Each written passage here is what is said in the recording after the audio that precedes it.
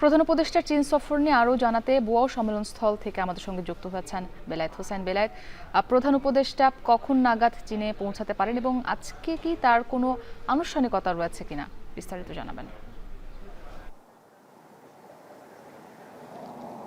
মুক্তি আর কিছুক্ষণের মধ্যেই আশা করা যাচ্ছে প্রধান উপদেষ্টা চীনে এসে পৌঁছাবেন। আর আজকে মূলত তার কোনো আনুষ্ঠানিকতা নেই, কালকেই তিনি সম্মেলনে যোগ দিবেন এবং সেখানে তিনি বক্তৃতা করবেন।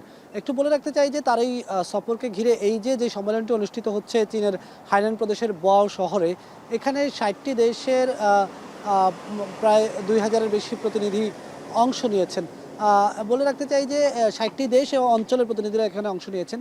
অন্যান্য দেশগুলোর থেকে বাংলাদেশের এই সফরটি খুবই গুরুত্বপূর্ণ এবং আলাদা একটি গুরুত্ব বহন করে। বিষয়টা হচ্ছে প্রধানমন্ত্রী বাংলাদেশের সঙ্গে এটি প্রথম দ্বিপাক্ষিক সফর অন্তর্বর্তী সরকার গঠনের পর। নানা কারণে এই সফরটি গুরুত্বপূর্ণ। বলে রাখতে চাই যে এখানে আসলে বাংলাদেশ থেকে বেশ কয়েকটি পণ্য নিয়ে আসার আগ্রহ দেখিয়েছে চীন।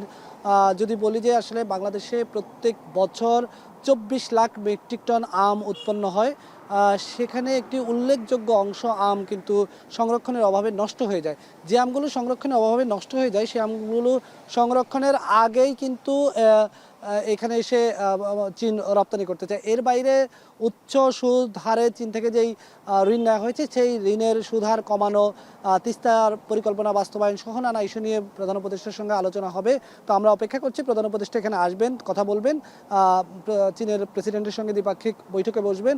বাংলাদেশের জন্য নিশ্চয়ই এই সফরটি অত্যন্ত গুরুত্বপূর্ণ এবং এই সফরের পর বাংলাদেশের জন্য কি অর্জন সেটিও আমরা পরবর্তীতে জানিয়ে দেওয়ার চেষ্টা করব। এই ছিল আমার কাছে এখনকার মতো।